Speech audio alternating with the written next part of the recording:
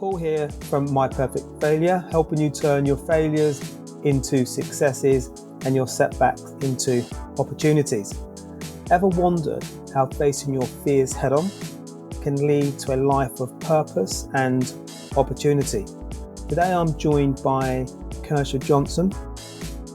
Kertia is a writer, speaker and producer, and the voice behind the brilliant podcast, The Other Side of Fear.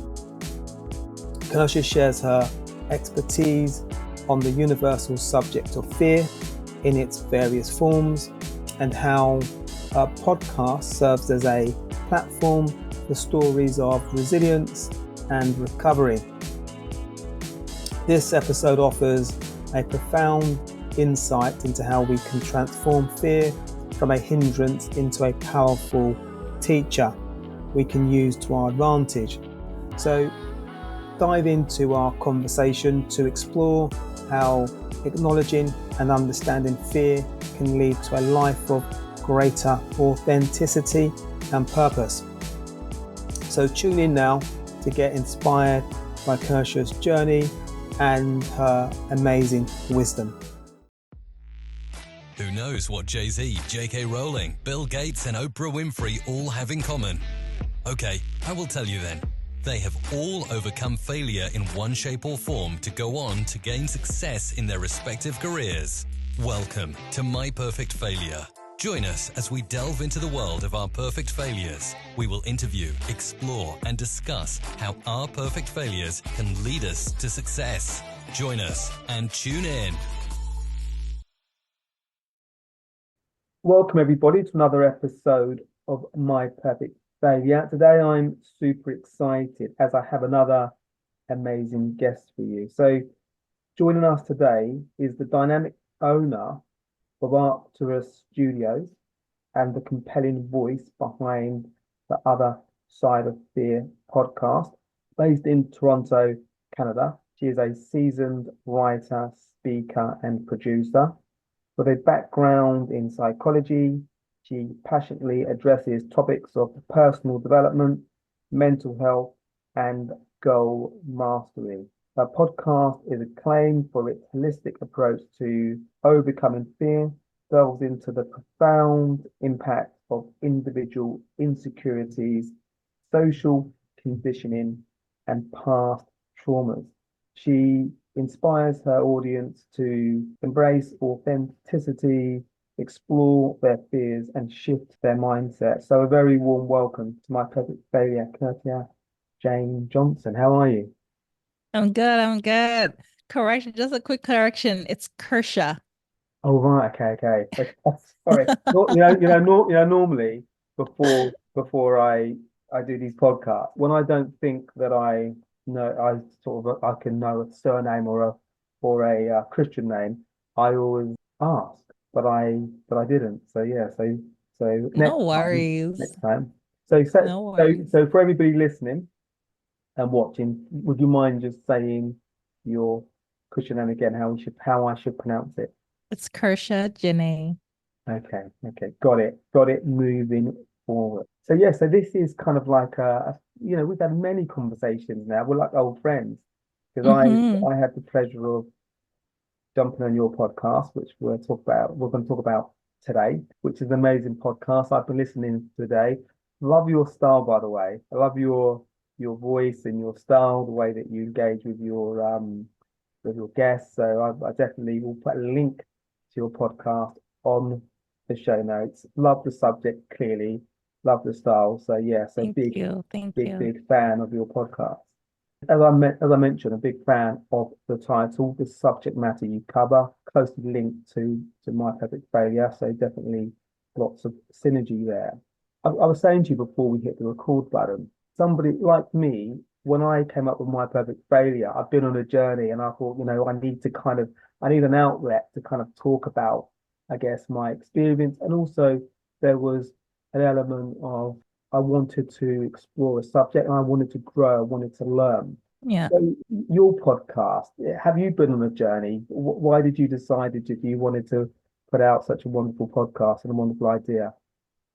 Yeah, absolutely. I have definitely been on a journey. My podcast came out of the journey, the personal, very spiritual journey that I had no choice but to go on. Because I That's a good one where kind of that sharp, come on, you're gonna go on this journey, kicking and screaming, we're gonna go on this journey. I didn't have a choice at that part at that point. You know, I was just at a really dark place and trying to figure out why things weren't panning out the way that I expected them to. I felt like I did everything that I could have done, as best as I could do it, but still things just weren't adding up. The math wasn't mathing, and my life was just a mess, you know? So by the time just before COVID hit, I was in a really dark place, and I did a lot of self introspection, a lot of healing work. I really started diving back into psychology and started I also did some therapy and also did some spiritual work as well. So it's been a whole journey, and I used different modalities of healing to help myself through all of that. But, speaking of my personal journey and the way that fear even showed up for me, there's just, generally speaking, there's a lot of learning and programming that we receive in our childhoods, right? That creates the perceptions that we operate from. And, it creates the way that, my childhood experience pretty much, it created the perception, the way that I perceive myself, I should say, the way that I perceive myself, the way that I saw the world, the way that I perceived the people around me.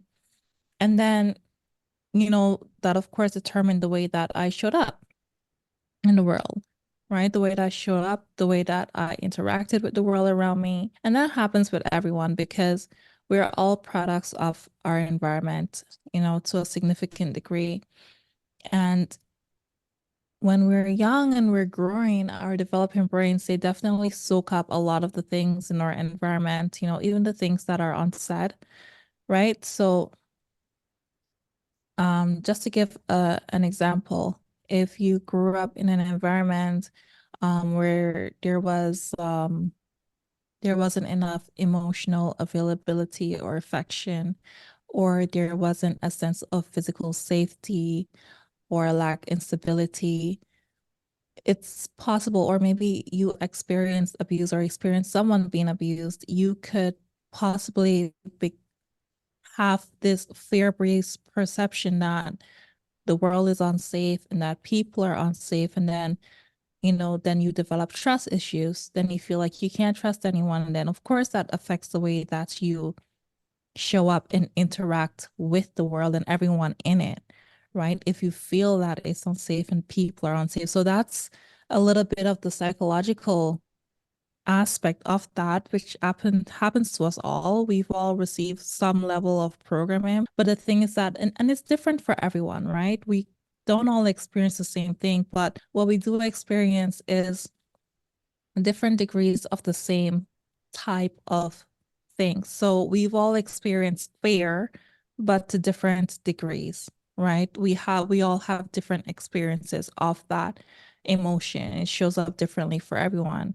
So it was really important for me to have people on the podcast who also spoke about their experiences so that we can have a diversity of stories. So essentially, the listeners could see themselves or their stories or their life experience reflected in other stories. So they know that they're not alone.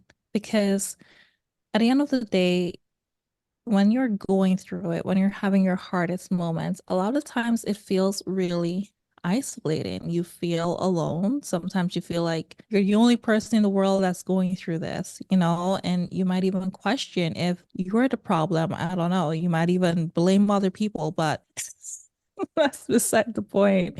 It's just a really lonely experience when you're going through a hard time or you're sitting in that dark space. So I wanted it to pretty much provide a sense of acknowledgement and validation for others so that they also feel seen and heard in their experience, so that they feel validated in what they're feeling and what they're experiencing, and so that they know that, it's possible to go through the worst and still recover and still get through it.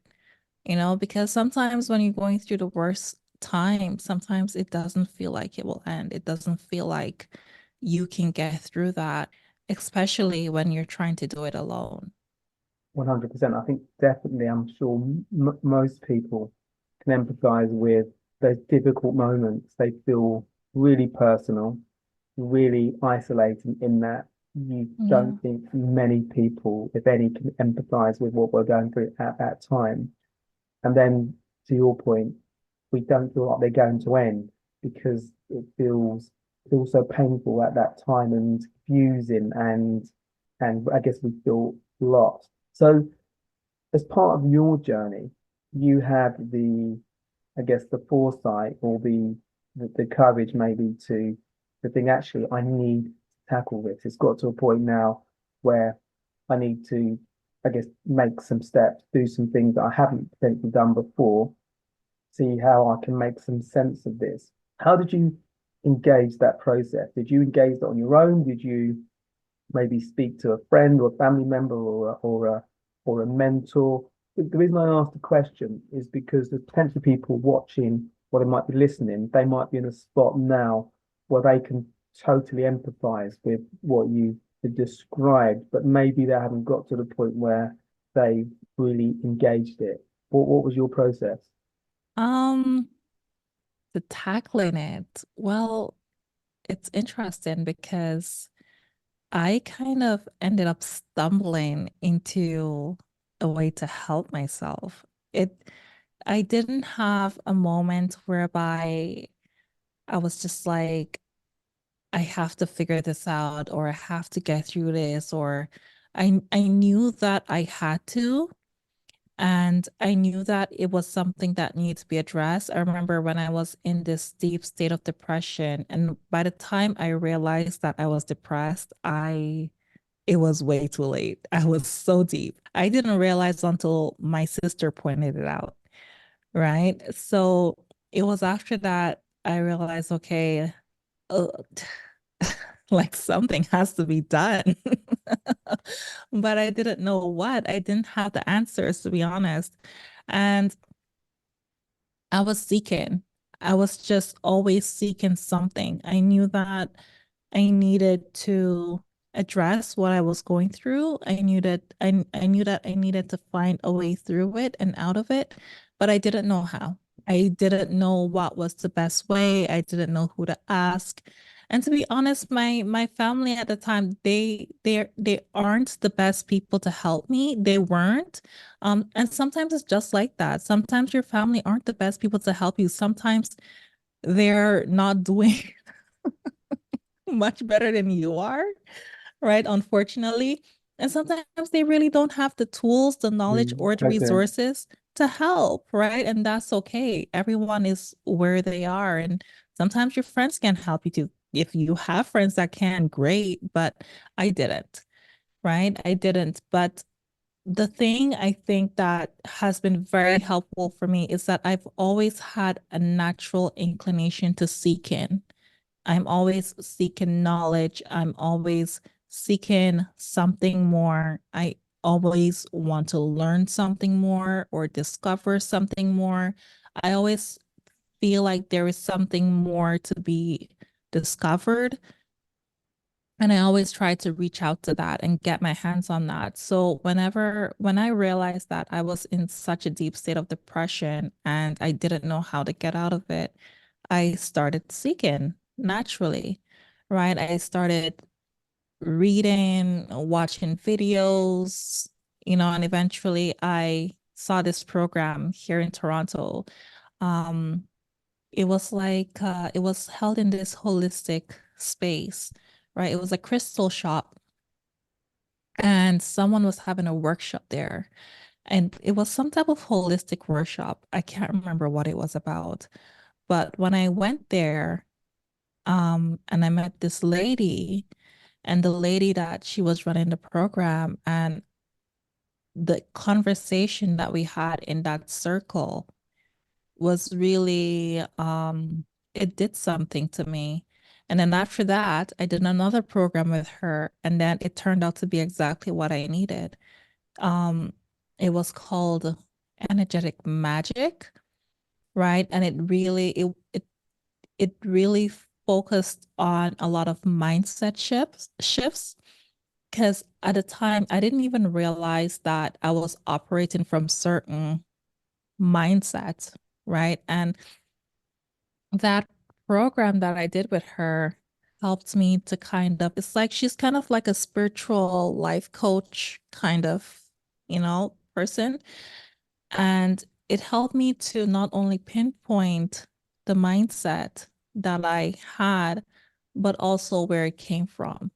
And so it helped me to go even deeper into the self-work that I had already began. So I kind of stumbled and fell into it.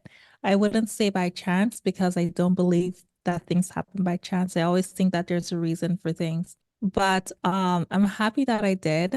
And that's where it started. And I just kept going deeper and deeper with the knowledge, and just using that as well, that aspect with the knowledge that I have in psychology and my other studies, to kind of make sense of my experience and what it means and why it's important, and how I can then use that to help others.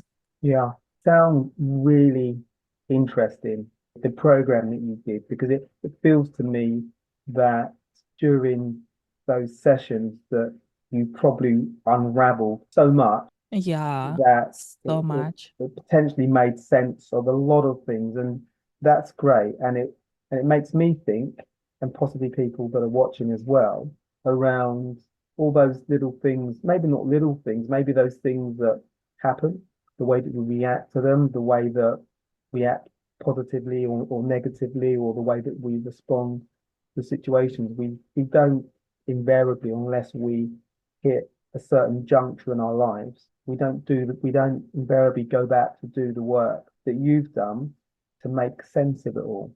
And I think I never want people to go through difficult moments, but difficult moments invariably lead to good moments. Yeah. And it's, I guess, getting to that place, or maybe we don't need to get to that place. Maybe we just should be more embracing of maybe looking to do some work, whether it's deep work or maybe just enough work we need to do, where we can make sense of who we are and where what our purpose is and what we want to do with our life.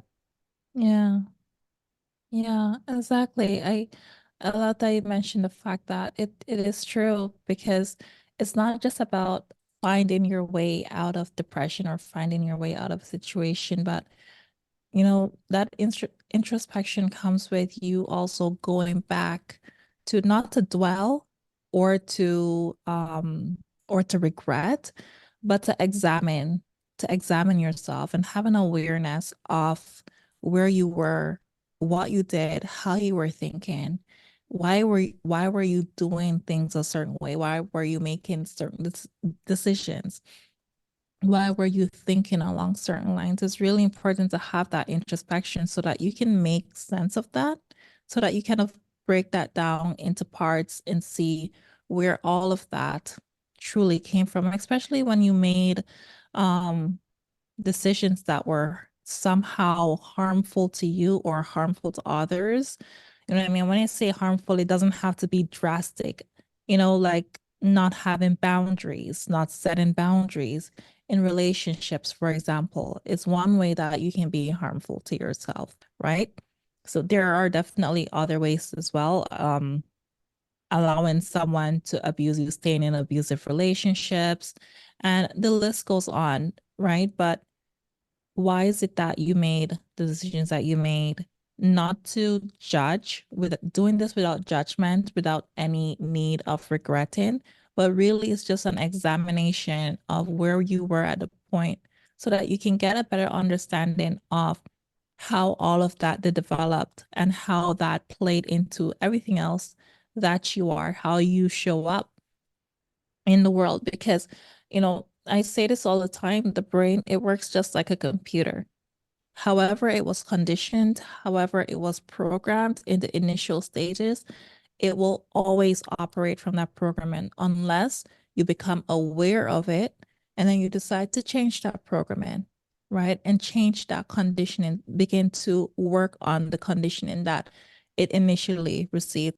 And not all conditioning is bad, right? We live in a society, we have societal conventions and things that we all go by, and not all are harmful, but some are, right? Some mindsets are harmful, some ideologies are harmful, some perspectives might be harmful for some people, right? Something that I think is good might be harmful for someone else, right? And so it's for us to kind of be aware of these things and be able to kind of separate what truly is authentic to me versus what I've been taught I should think, how I've been taught I should think, how Yeah, I've been yeah, taught to see things, how I've been conditioned to perceive things, right? So being able to take all of that, take all of your conditioning and learning, early learning, and now deciding what is in your best interest from all of that. What feels true for you out of all of that, right? And then you can choose what works for you and what doesn't work for you, and choose what you can take and use for your benefit, and also in a way that it's not harmful to others as well. Because you don't want to choose something like, yeah, I'm going to do this. This feels good for me, but then it's harmful to everyone else that encounters you, yeah, right? But really, really being aware of the fact that, you know, you have to think about the fact that everything that we think we know, it's someone else's idea. Everything yeah, that we've been taught, everything that we've given meaning to, this cushion that I'm holding in my hand right now, someone gave it this name. It didn't come from me. I grew up to learn that this is what it is. It's a cushion. Everything that we're surrounded by was given meaning by someone else who was here before us, right? And that someone else was also just another human being that was trying their best, that was doing their best, right? And so all of these things get passed down, right? Just like we, for example, the perfect example of this, hate gets passed down, right? When you talk about racism, no child is born a racist, but when that thing is taught to them and they're conditioned that way, they grow up to be that way. So everything was given meaning before we even got here by someone else. And so these things are taught to us, and then we're conditioned to perceive things in a certain way, right? And unfortunately, some of the times, the things that we are conditioned to believe, or the way that we've been programmed to see certain things, sometimes it's not in our best interest, even though I'm sure the people, or the society or the culture who holds these things as true, it's well-meaning, these things exist for a reason and all those things, but it doesn't always mean that it's in the best interest of everyone else, yeah, right? absolutely. So it's to be able to be aware of that, and then knowing how to come back to yourself and decide what's authentic to you and what feels true to you. And that's what it's all about, really. Because thinking to my childhood experience, it taught me that from my experiences as a child, I was conditioned subconsciously to believe that the world is unsafe, that people are unsafe, or it's unsafe to speak up, it's unsafe to trust others, and that love is earned. So I had this fear-based mindset, and I became this highly anxious person who I didn't think I was enough, who I often did things to even make myself smaller so that I could be more palatable to people around me.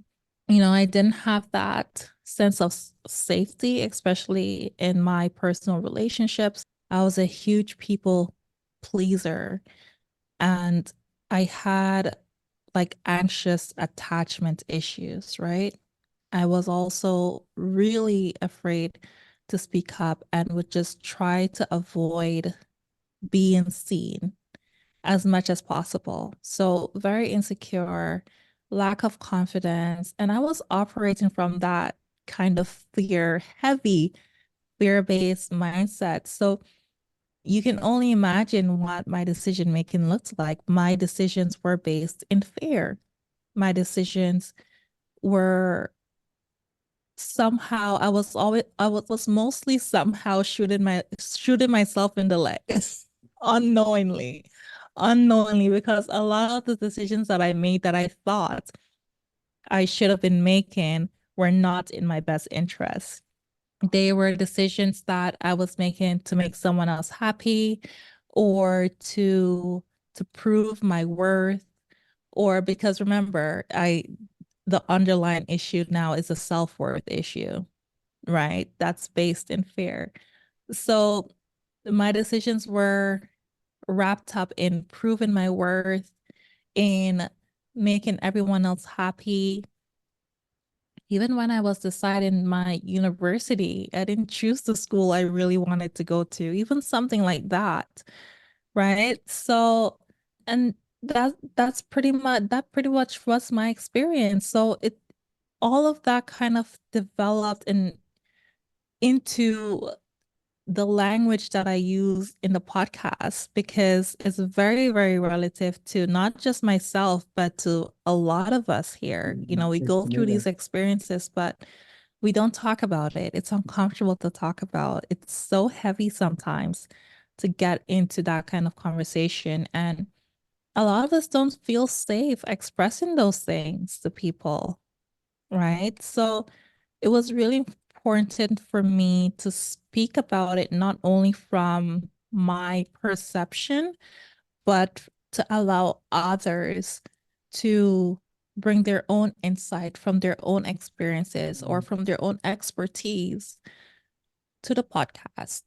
No, absolutely.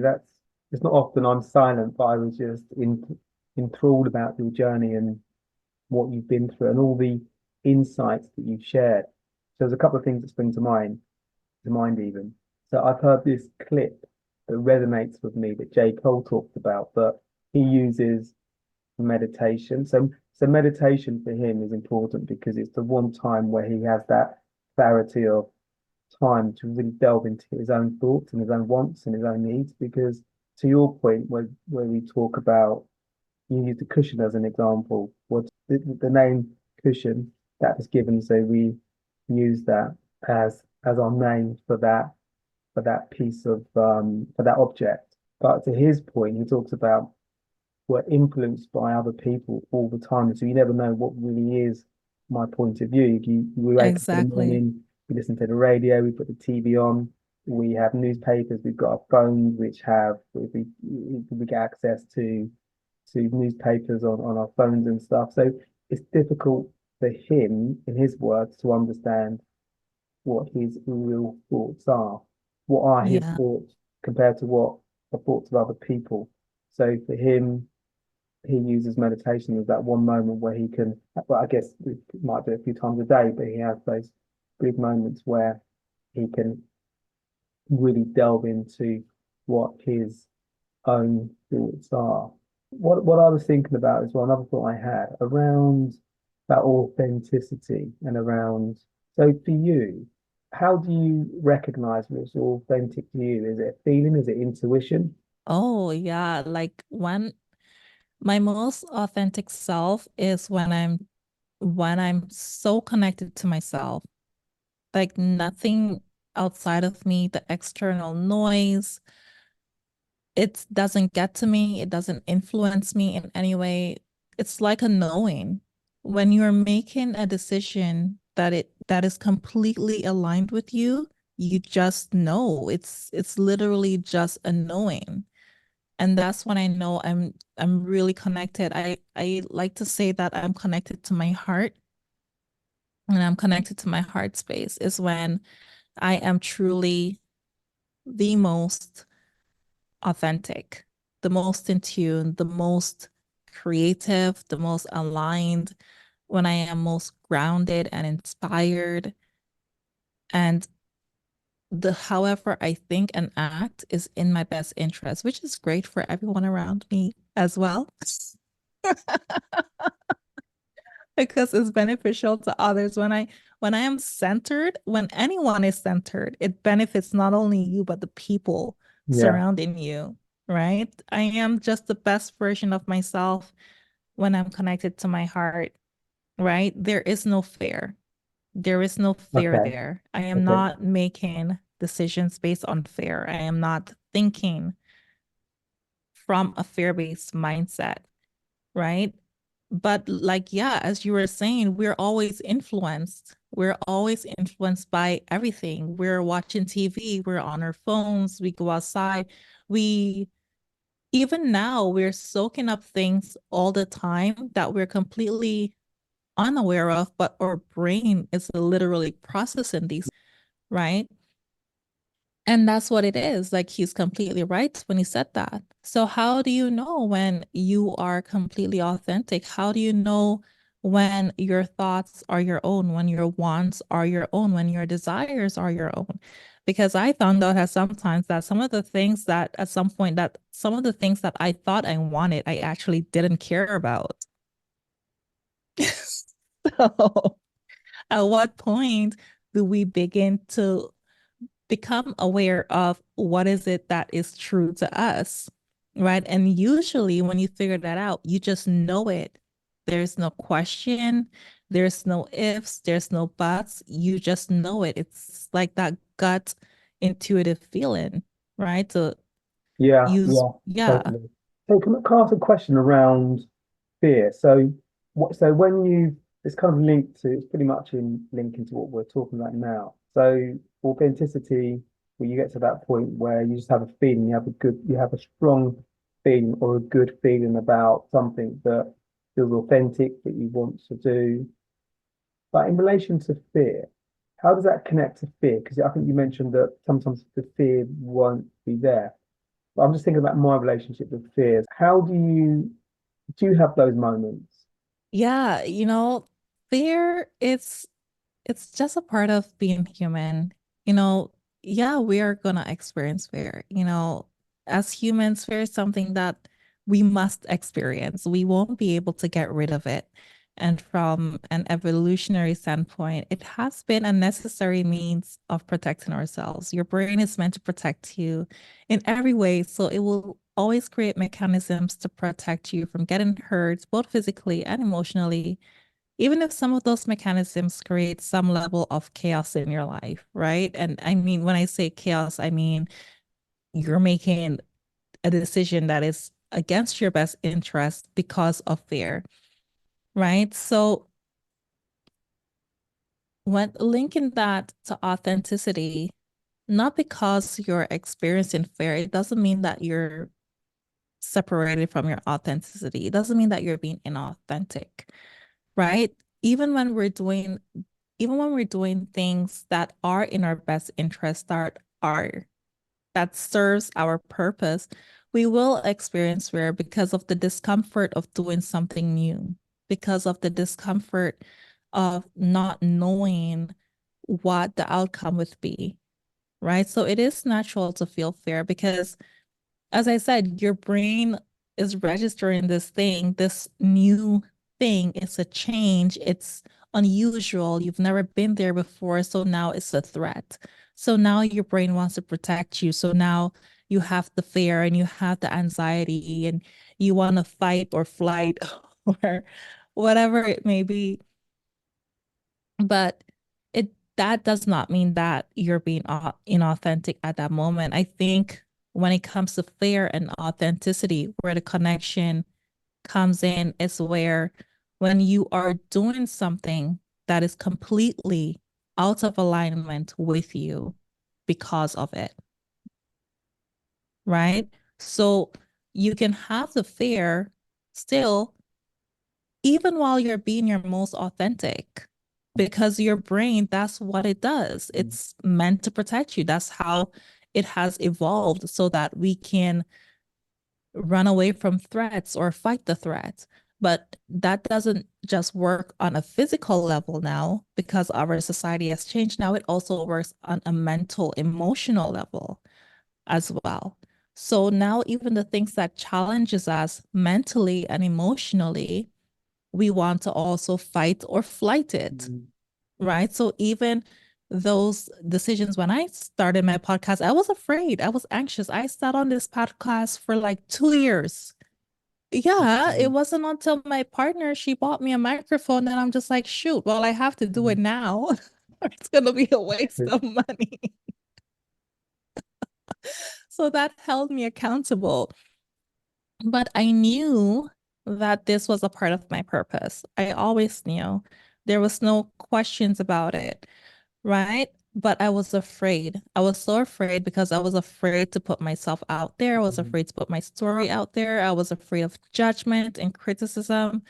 So, yeah, there was a lot of fear, but I knew that this thing was in alignment with who I am and with my purpose, some way, somehow, right? But that was the thing that I had to learn to work through because a part of fear is growth, right? A Yeah. part of fear is learning. A part of fear is evolving, right? So there's a growth aspect to that, right? But the fear in connection with your authenticity is when you are just being completely out of alignment with yourself. You're making the decision not because of you being grounded and centered, you being present, you being connected to who you are authentically, but your decisions are based on everything other than that, right? Your decisions are based on what your culture said, what your parents are expecting, what looks good to society or what society values, right? Not what I value, but what society values. So I want to become a doctor because all my aunts in my family are doctors, right? Or I want to get married, or I'm choosing to get married, not because I really want to get married, but because my culture says I have to do this by a certain age, right? I've known of grown women older than me who wants nothing to do with marriage, right? But their culture, that's their cultural expectation. And so they thought, well, I have to do it. I have to do it because this is what my culture says, and I'm going to be the the I don't know, like ostracized or criticized or abused or made fun of or talked badly about because if I chose that if I choose that route, right? So now I'm deciding, well, I have to go with this choice because that's what is expected of me. And so that's what I mean, right? All of those are fear-based and they're completely inauthentic, right? None of those decisions are in alignment with you unless you really want it, unless that's what you know truly, your centered, grounded self, your self connected knows that's what you actually want. So that's where the connection comes in, where Okay. you can kind of like separate one from the other. Like, but yeah, we're always going to experience fear. It allows us to grow, to be more resilient, to evolve, to learn new things, to come up with more creative solutions for our problems, all of those things. So just around, so feels like that so at the start I mentioned about you going on the journey. Clearly you have. That's massively evident. And would you say that you're a lot more aware now? Because when I'm listening to you and I'm thinking of others as well, I'm thinking of me, I'm thinking of everybody that particularly with family and friends and work colleagues or whoever it may be, people that know us, invariably what can happen, and particularly if we, so what I like about people like Jay-Z, I keep on using hip hop analogies, but obviously Jay-Z, we know Jay-Z is an amazing hip hop artist Yeah. and he's an amazing business person. So some Mm-hmm. people are like, when he was getting into business, like, well, why are you getting into business? You're a hip hop artist. Why are you becoming this like Yeah.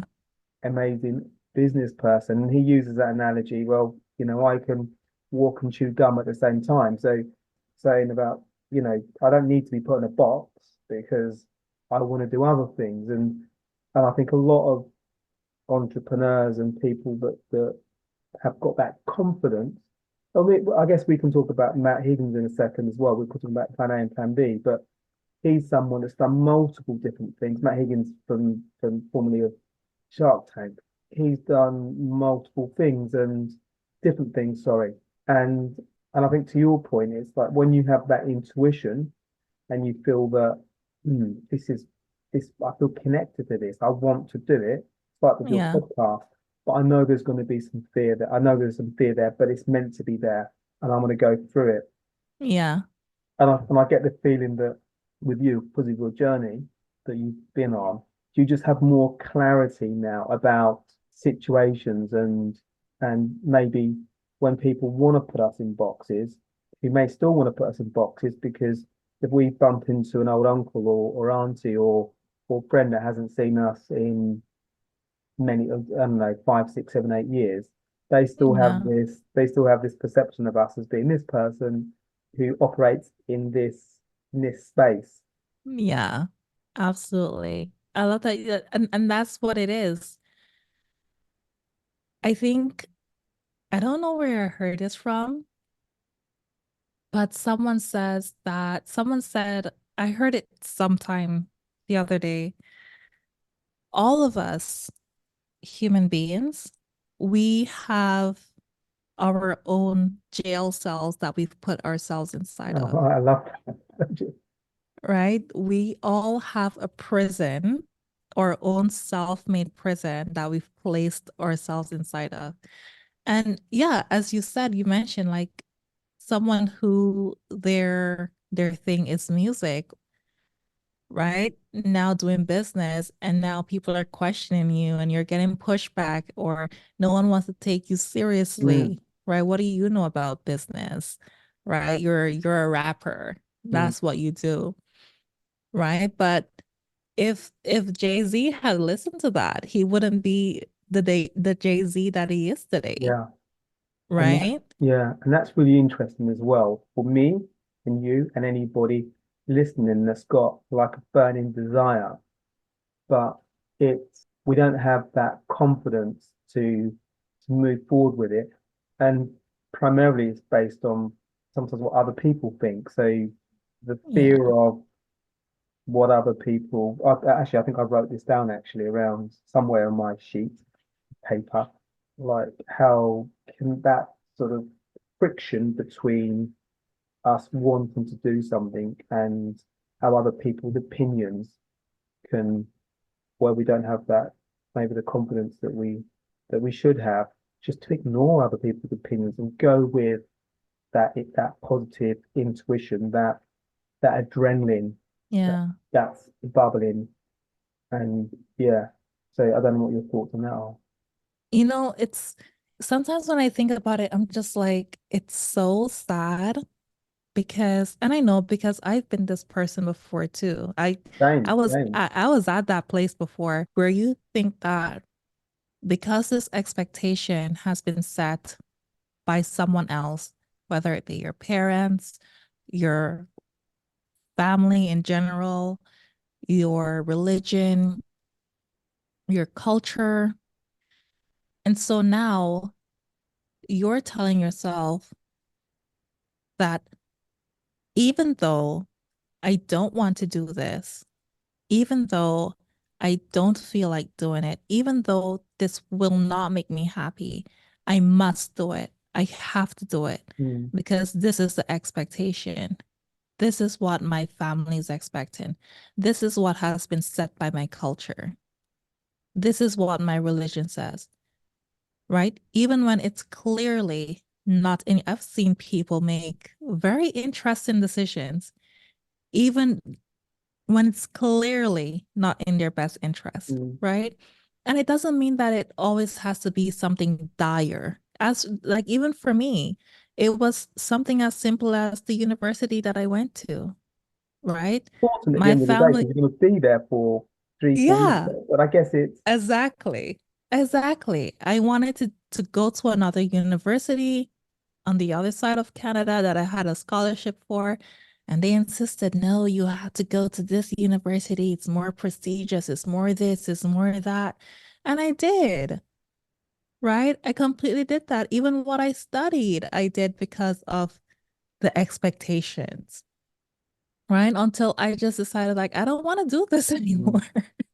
Yes, I finished, I got my degree, but then even with what I wanted to do with my life, and that's why it took me so long to figure out what I was doing, where I was going, because I'm one of those person I dibble dabble in a little bit of everything. There was no set career path for me because at some point I was just so confused, yeah. right? At some point I kind of threw what the expectation was through the window, and then I had to figure out what I actually wanted. And it was so confusing. You have no idea, or maybe you do. Well, I think yeah. I Well, was so I think you do. confused. I think when we go so far in the wrong direction, and we know that we talk about authenticity, we talk about intuition, and it feels so wrong, but because we've been maneuvered into that direction because we talk about people pleasing, we want to appease what our nearest and dearest expect of us, and we don't want to disappoint. And that really has been the behavior that we've exhibited for many, many years. And for us, it feels the norm is to, yeah, I'll do that. They want me to do it. I've always done what they wanted me to do, so I'm going to do it. And their intentions are the best intentions, but they don't recognize that this doesn't really apply to me. I was listening to something earlier actually, and somebody was saying that when people are giving us well-intended advice and we are thinking about doing something different because this really appeals to us and it's really leans into these words that we're using today, authenticity, into intuition, those areas. And sometimes when people are giving us advice, it's based on their own fears, their own Mhm. not limitations, but their Yeah, own vulnerabilities that they feel absolutely. they placed these on us. And I'm not they're not doing it from a malicious perspective, but they're doing it from their own fear-based instincts. And so we get that advice, but it's totally the wrong advice for us because it's coming from well intentioned but the wrong place. And we take that advice, quite literally, it's leading us down the wrong path. And Yeah. will we ever find a way out of it? Because it's leading us into a maze of bad decisions. And then we've got to somehow try and find our way back. Some of us will, you have, but some of us maybe not. And it doesn't mean that you don't ever experience fear. You still do. It's just Mm, now you can recognize exactly where it's coming from. Now, when I am fearing something, because like, yeah, I've experienced things in my life that has affected the kind of mindset that I developed. And that doesn't just disappear. But now that you're aware of it, you can begin to change it and then you can begin to manage the symptoms of it. So I still experience fear. I still get scared. I still get highly anxious, right? But now I know exactly when it comes up. Now I can question it. Now I can observe it. Now I can see how I can shift that. And now I can work my way through it, right? Instead of being stuck in this space where I'm not moving forward, where nothing is happening, and where I'm shooting myself in the leg again because this thing maybe that I should be doing to advance myself, I'm not doing it because I'm afraid or because, as you mentioned, I love that you mentioned that sometimes when we get advice from others, they inadvertently are projecting their own fears onto you. And even though they're well-meaning, a lot of the times that can also help to hold us back when we're not aware of it, because, someone's saying, well, I don't think that will work, or it doesn't make sense, or that's not a good idea, or everyone is already doing that. So why do you think you're any special? Why are you doing it? Right? What's there for you? How will this benefit you? Everyone's doing it. It doesn't matter, right? Everyone has something unique and special that they have to offer. Even if there's 50 other people that's doing the same exact thing, they won't do it like you, right? But when you have other people speaking that to you, and then you are already in this fear-based mindset, I mean, it can only Yeah, go wrong, right? yeah, Unless you're aware of it and you can be like, thank you for your advice. I really appreciate that. But then you're centered, you're grounded, right? As anxious as you may be about the decision that you're about to make, you going with your gut, you following your intuition, you being able to center yourself or find some moment of alignment whereby you really know that this is your path, then you'll be okay regardless of whatever anyone what it regardless of whatever whoever says what they say. It doesn't mean that you might not feel, it doesn't mean that you won't encounter challenges, you will, but you will be equipped to do that. And I always say this, whenever you are in alignment with your purpose, I don't know, life unfolds in a way whereby the things show up, the people show up, the resources show up to help you along the path, right? To remind you of why you're doing it, or to provide an extra puzzle to the clue that you're trying to solve. Or, sometimes when I doubt myself, when I get into my own head, right? And I have that downward spiral thinking. I kid you not. The next conversation I have with someone, and it could be the most random person, or even a podcast, speaking to someone who comes on the podcast, they would just say something and it would just blow my mind. It would be right in alignment with what I needed to hear, right? And it would be a solid reminder that I am right where I need to be, that this is the path that I'm supposed to be on. And I'd be like, yeah, okay, whoever is up there, I get it. It happens all the time. So there is that too. But I'm glad that you pointed that out, that a lot of times when people sound like they're being a hater or speaking ill will, a lot of times they're just projecting their own fears, yeah, you know? 100%. Yeah. And then there's also another part of that when we're talking about being in alignment with our authenticity is why a part of why we have such a difficult time releasing ourselves from the prison that we keep ourselves in, you know, acting and making decisions in line with the expectations of others, like parents, culture, what have you. A lot of times we are also afraid to let go because some of the decisions that we will have to make means that we will risk letting people go, removing ourselves from certain environments, from the comfort that we're used to. And some of us aren't ready to do that yet. Aren't ready to do that yet. So just in relation to that, because you clearly evolved, and when you make this, so how's it been for you? Or maybe you have advice for people, because when we have more clarity about decisions that we want to make because they're in line with where we want to take our lives, then there's a period of adjustment, not just for us, but for people around us, like friends, like family, who may have expected us to make decisions based on, why are they making decisions that aren't in line with what I told them to do? This is odd behavior from them. How have you are you more intentional about when I've made a decision and you know that family and loved ones expect a different decision? How do you process that, or are you just comfortable making those decisions now, or do you have to think about it? Well, now that I have more practice, it's more comfortable. I'm Yeah. okay. Yes. But in the past, funny enough, my mom, she always says, this girl, once she makes a choice, don't even bother. You can't change her mind.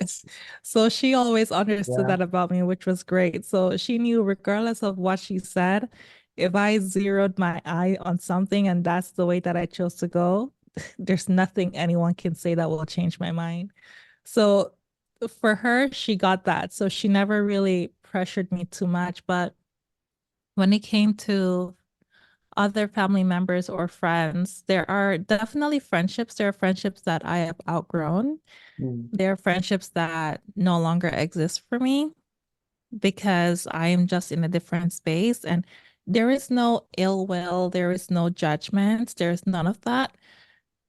It was just a gradual process mm, of separation, right? Whereby it didn't even make sense being in the same space with some people anymore because where the frequency of their thinking or of their actions doesn't match yours. So it doesn't even feel good being around them, right? So in some cases, it just kind of just mm. happens. And it can happen gradually, it can happen suddenly. For everyone, it's different, right? But for me, it was more gradual. And it wasn't as painful as I would have expected. For some people, it's very painful. But when it comes to people and their expectations of me, I mean, yeah, I've completely disappointed a few people, a few persons, but I've always just the funny thing is no one has really allowed me to explain myself.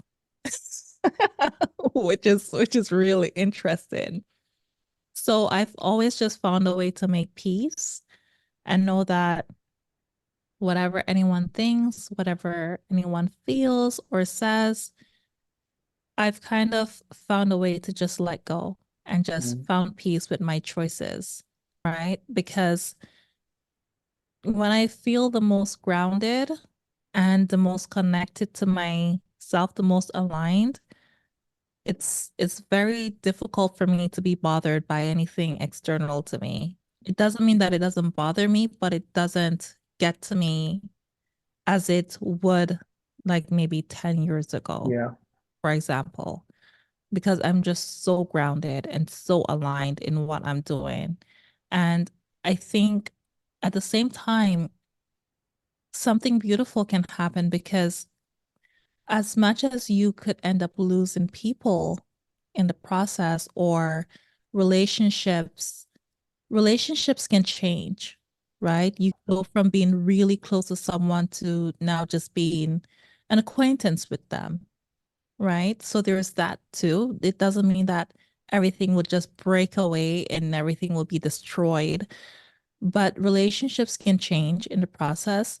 And then the beautiful part of it is that some people can also see your evolution, right? And then that will also transform the people who are able to recognize your evolution, that will also transform them, help to transform them in some way, Yeah, right? totally.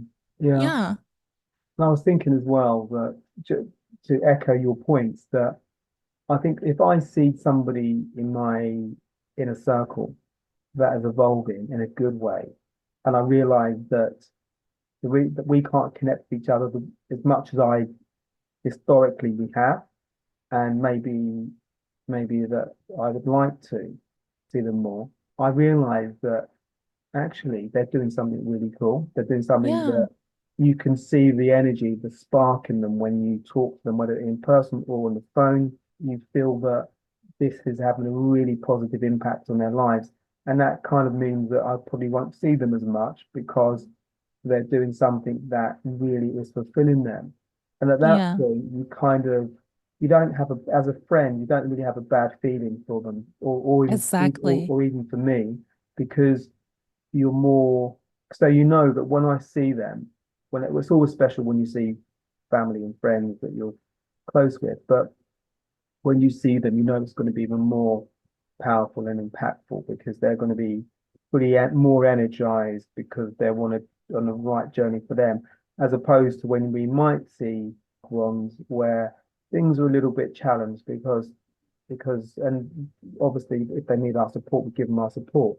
If they're operating in that fear-based scenario where they're not when we're not in control of it, then you know that there's going to be more angst, they're going to be out of alignment. We can feel that, we feel the energy. Exactly. So yes, I just thought I just wanted to mention that because I think when we see people that are on our loved ones or friends that are on a wonderful path, an aligned path, then actually really we got to be happy for them.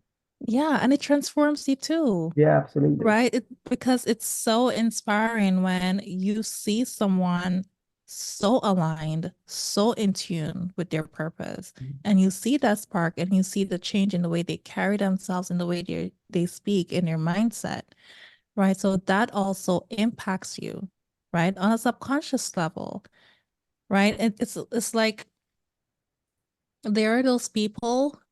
It's like thinking about it in this way, that those people, when you're around them, their energy is on another level, that Mm, whoever is around them, they increase their energy as well. They increase their frequency as well. It's just like absolutely, you can't 100%. have a low Yeah, vibration being around them. It's yeah, not possible, yeah. right? And that's how you can become transformed by someone who's going through that type of evolution. But then, as you mentioned, for the people who are still in that fear-based thinking mindset kind of thing, they want the control, right? And it, not in a bad way, but that is the mechanism for them to, you know, their fight or flight, their nervous system is out of whack. That is how they try Mm, to feel safe, right? And absolutely. so their need for safety is projected onto you, right? So now it becomes like a tug of war between you and them. And so in those cases, those are the relationships that can kind of change and become, some of them might completely break away and some of them might change whereby you're not as close as you used to Mm, be because now they can't understand you, they can't relate to you, right? yeah, And yeah, absolutely. they're That does not, happen. yeah, they're Yeah. not yet at that point whereby they can break out of that fear-based fight or flight thinking, where they can be in a more regulated state to be able to connect with you on the level that you're now on. And that's okay because everyone is on their own journey. There's no judgment. Mm, It is just what it is. yeah, But, absolutely. like that beauty can come around when you have that person around you, or if you are that person who, when you are around, you increase the vibration, you increase the frequency of everyone else around you because of the energy that you carry with you. Yeah, absolutely. And I think energy is a massive, because I think it connects nicely with intuition and authenticity when we find that Yeah. alignment that is difficult to find. And just for people, obviously, I'm going to put a link to your podcast on the show notes, and I encourage everybody to dig into the podcast, listen to the episodes, be enlightened, enjoy, listen to real, authentic, quite impactful conversations on the podcast. And as I mentioned at the outset, I love your style. I love your Thank you. rapport that you have with your guests and the insights that you get in abundance from your podcast. But for people that, what do you want people to leave episodes with when they listen to your podcast? Well, I want people to have a sense or knowing that fear is not a bad thing, right? Our fears, it gives us a chance for growth. Our fears are actually our biggest teachers. Like the Mm, fear, the things that we fear, the things that prison that we put ourselves in, that is one of our biggest teachers because our fears, it points to the things that we need to look at within ourselves, to the parts of us that needs healing, to the places in our minds and hearts that needs the most love, that needs the most attention, that needs the most compassion and empathy. And when we can get to the bottom of that, that's where transformation happens, right? Both within ourselves and between each other. mm, yeah. Yeah, fear is one of our biggest teachers, and Mm, it can be a huge motivator as well. Don't be afraid of your fears. Don't run away from them. They provide us with huge opportunities for personal growth as long as we are willing to acknowledge them and work through them. yeah. So that prison cell that we put ourselves in, it looking outside, it might seem, oh, like I've done a bad thing, or I'm negative, or I'm this or I'm that. Like, no, there's no judgment attached to it. It just is. There's a lesson there. There's a lesson there for you to learn, Yeah, I like that right? reframe. I like that reframe of it being a teacher. And I think that's even from a selfish perspective or from a greedy perspective, you can look at fears as actually this is an opportunity. It is, yeah. I'm gonna dig into this because I want that opportunity. I want that growth. And Yeah. fear is my passport to that next opportunity and that growth. Without me embracing that, then I'm denying myself a wonderful situation or where I want to take my life. Yeah. Yeah. Okay. Yeah. Okay. So this has been an amazing conversation. I could talk to you all day. Yeah, it's So been a great conversation. so that definitely we should have more conversations for sure. That definitely goes without saying. So Definitely. so for people that want to find you, they want to connect with you, where's the best place for people to find you? They can find me on Instagram at Discover the Other Side of Fear, or they could just type my name in, Kertia Jené or Kertia Johnson. They will find me there. Um, I'm on TikTok. I post some of my reels, so my episodes there. So I'm on TikTok as well. And other than that, just listen to the podcast. It's Mm. available everywhere on all major platforms. You can find it anywhere. Kertia Johnson. Wow. Love the conversation. There is one last question. So it's a recurring question. So if you could invite three inspirational people for dinner, they can be alive or past, who would you invite? Oh my goodness. Oh my gosh. Okay. So for me, and I know this might sound so, I would think I will go all the way back to Okay. ancient times. So Okay. most of them are dead. Okay. Where are you going? I'd go back to hmm, I'd go back to maybe around the time when the philosophers were doing their thing. Because I really want to get into the thought of what was happening at that time and Mm, how did they come about some of the deductions that they came about. So like, you know, talking about people like Plato and mm, Socrates and those people. So definitely people from that time. It's hard for me to pinpoint specific people because there's just so many of them. So any time when philosophy was kind of really doing its thing, definitely any of those people, okay. right? Because a lot of our thought was Mm, developed on a lot of that. So, like knowing, like for me, I always have an interest in the foundation of things. As I said earlier, I'm a seeker. So I want to know where did this thing that we think about right now in modern day society, where did this thought first come from? Who first had the thought that we can know of, right? And like who first came up with this idea? So it will definitely be someone like that from ancient times. but a little bit more recent. Someone like Nelson Mandela, definitely so influential. I would definitely love to have dinner with Nelson Mandela.